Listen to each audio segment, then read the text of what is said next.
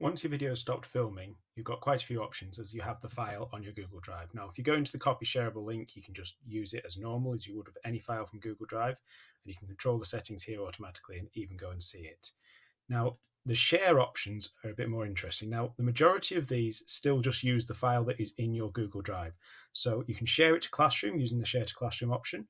It'll adjust the link settings automatically, so it makes it into viewable if you have the link. And then all you have to do is pick which one of your classrooms that you are a teacher or a co-teacher in. I'm going to put this into C, Mr. T, and then how you want it to be there. Do you want to create an assignment out of it? Do you want to just create material? So for this one, I'm just going to create material, and then all I need to do is hit go, and it will be in my Google Classroom ready to go as a shared material, so they'll be able to see the video. Now that is looking at the file that is on my Google Drive. Embed code, if I'm building websites and I want to get into the HTML, that's an option. You just copy and paste that and the video will then embed into the website. Send us an email. It's very similar to just sort of sharing the link, apart from instead of just sharing the link, it opens up a tab from your email account and you can just have a full email sent to people with the link included in it, which is quite nice if you're having several links or you want to include something else with it. So it just sets it up and it puts the link in there for you, as you can see. That's just the same as sending them a link from your Google Drive, and it is the same file. So you're just allowing them access to see it from your Google Drive. You can put a longer message in if you want to. Generate QR code is a useful feature because you don't have to run the URL through anything. You just click on there and it just generates you one automatically. You can copy the QR code or you can download it as a picture, or you could even use the screen grab function to take a screenshot of it so it appears that way.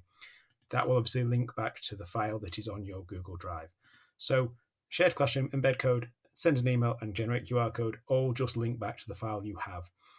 If you publish to YouTube, it's slightly different in that it puts a copy of it onto YouTube and uploads it. So you'll maintain a copy on your Google Drive, like a master, and you'll put a copy onto YouTube as well. Now, you need a YouTube account to do this. It's not letting me put this video up because I've already got this video on there, but you can choose how it goes onto. So I've selected my account.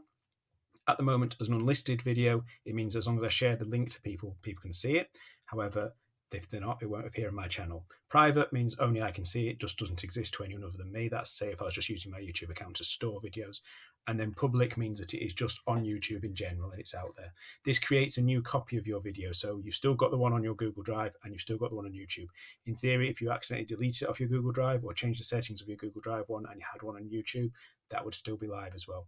So once you've done that, you just click copy link and then you can copy and paste the link to your YouTube video anywhere else you want. So you could include that in an email or in a classroom as well. So there's lots of different ways to do it. It's just taking them to YouTube rather than into your Google Drive. Gives you the options for YouTube for like place cards at the beginning, thumbnails at the beginning, and exit cards and polls towards the back. So it just gives you a bit more flexibility. Down at the bottom, you've got download options. This is where you can take it off your Google Drive, so you can download it onto an external device or as a separate video. You can export it as an MP4 if you're sending it somewhere else, although it's probably just easier to share it. And you can export just the audio, so you could just use it to record yourself. And finally, you can actually animate it into a GIF, so it would keep rolling and rolling. This video is probably a little bit too long, a little bit too boring to do that. But those are your options within that. So you can just use it as a normal file using the Google Drive up at the top. You can share, which includes publishing and sending it, or you can download it, which takes it away from your Google Drive account.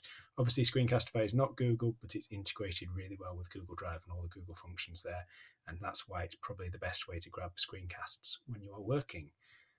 That is what happens next.